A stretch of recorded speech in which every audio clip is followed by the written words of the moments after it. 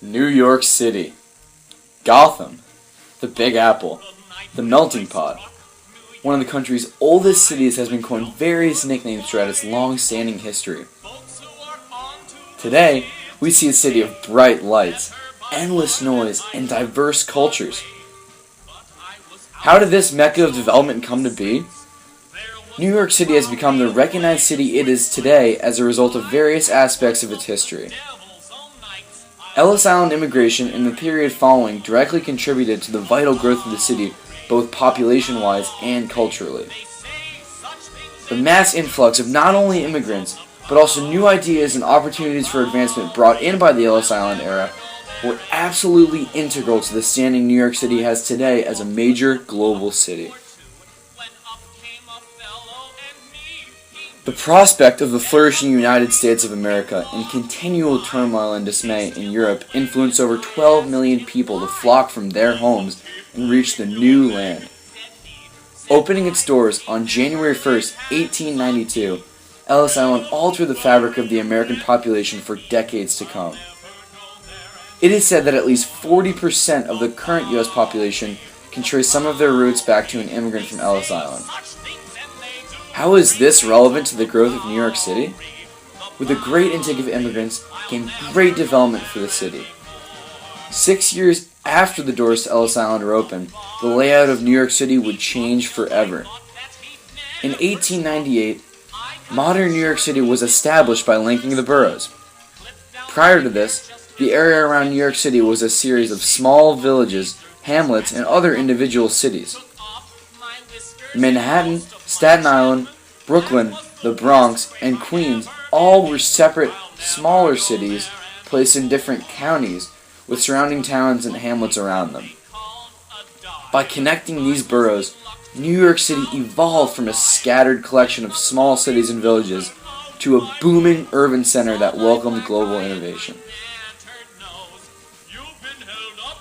Despite the excitement surrounding the linking of the boroughs, an obstacle was at hand.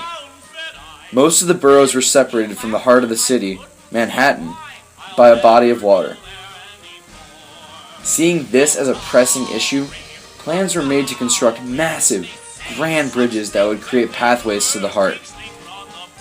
Two historic and integral bridges constructed during this time period were the Brooklyn and Manhattan Bridge. The Brooklyn Bridge, the first of the two bridges constructed, was erected in 1883. John Augustus Roebling, a renowned architect and builder, is credited with organizing the construction process for the bridge, which was successfully navigated by 21 elephants led by circus leader P.T. Barnum on May 17, 1884, in order to ensure its safety. Despite the awe surrounding the grandeur of the bridge, it was crucial in the sense that it was the first large-scale bridge to link Manhattan to Brooklyn, two of the most important and highly inhabited boroughs. Conversely, the Manhattan Bridge, built in 1909, linked Manhattan and Brooklyn additionally, and connected the East River to Brooklyn.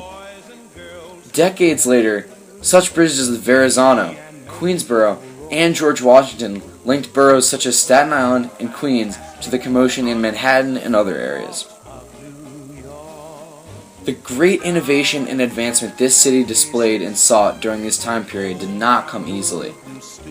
Electricity was a fairly new invention, and never before had anyone dreamed of organizing enough energy to power an area as large as New York City. Renowned inventor Thomas Edison, credited with discovering electricity, had his laboratory stationed in a relatively close proximity to New York City in Menlo Park, New Jersey.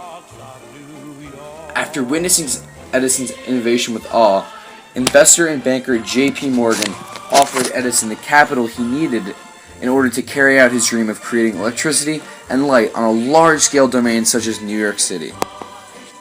With the necessary funds and high aspirations for success, Edison set up the first commercial utility near Wall Street. However, Edison dreamed of mass production of electricity, but his demands for more funds from investors were shot down. Desperate to fulfill his goal, Edison raised the money himself to fund his endeavors. On September 4th, 1882, at 3 p.m., Edison successfully provided power for a square mile using the world's first power plant. Within the next 2 years, the construction of power plants was seen in cities all across the country. This innovation altered not only the world of technology forever, but more specifically the prowess of New York City. The Grand City was now solidified as a pinnacle of growth and innovation. In addition, residential life increased dramatically with large buildings for housing being able to be constructed with a fairly simple standard of living. However, with the merging of the boroughs, this rookie city needed an efficient way to allow its citizens to move from place to place in a timely manner. A revolutionary advancement occurred on October 27, 1904, when the first subway system was established, linking the boroughs and allowing for navigation around the city to become simple. The subway was able to travel up to 9.1 miles per hour, stopping at approximately 28 stations.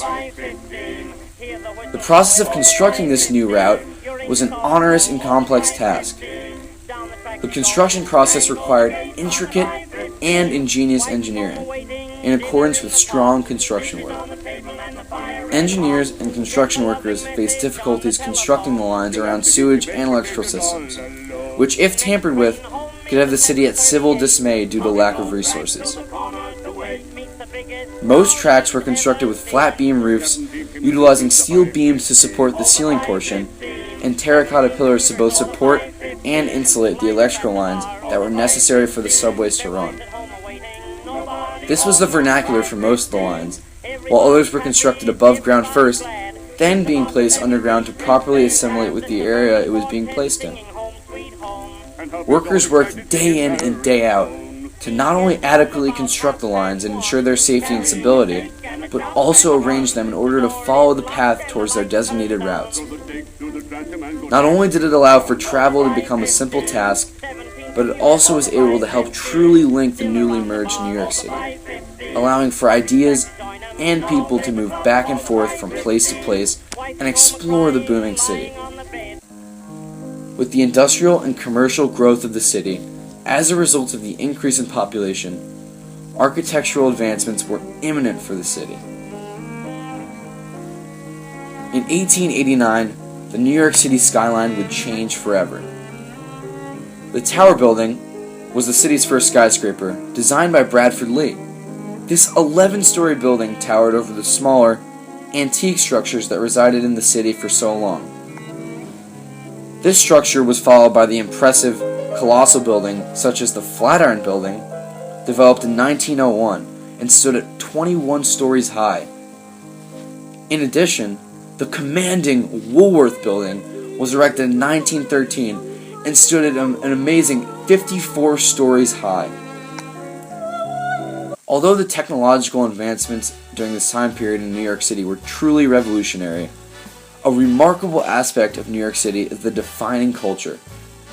To this day, New York City is known as the cultural capital of the United States. Through Ellis Island immigration, unbelievable amounts of ethnic and cultural diversity flowed into the city from the varying types of people deciding to start their new lives in New York. Enclaves formed within the city, but did not prevent the diffusion of cultural aspects into other traditions. New York earned its nickname as the melting pot for its endless and well-represented realm of interests and ideas. From Broadway to the Bronx, where the pinstriped Yankees play, New York City is immersed in rich culture.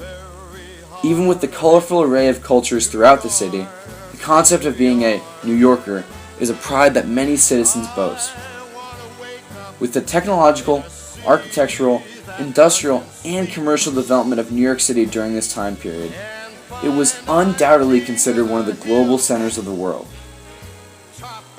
This prowess would not have been achieved had there not been an astounding migration of people, concepts, and aspirations that traveled through Ellis Island. From 1892 on, New York City was to change forever.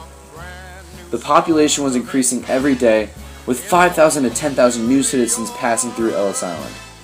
By merging the boroughs, New York gained not only the people and the territory that inhabited each of these respective places, but also the varying cultures and enclaves that came with this merger. It is without a doubt that New York City has become the world-renowned city it is today as a result of the period of innovation and advancement that followed the Ellis Island era.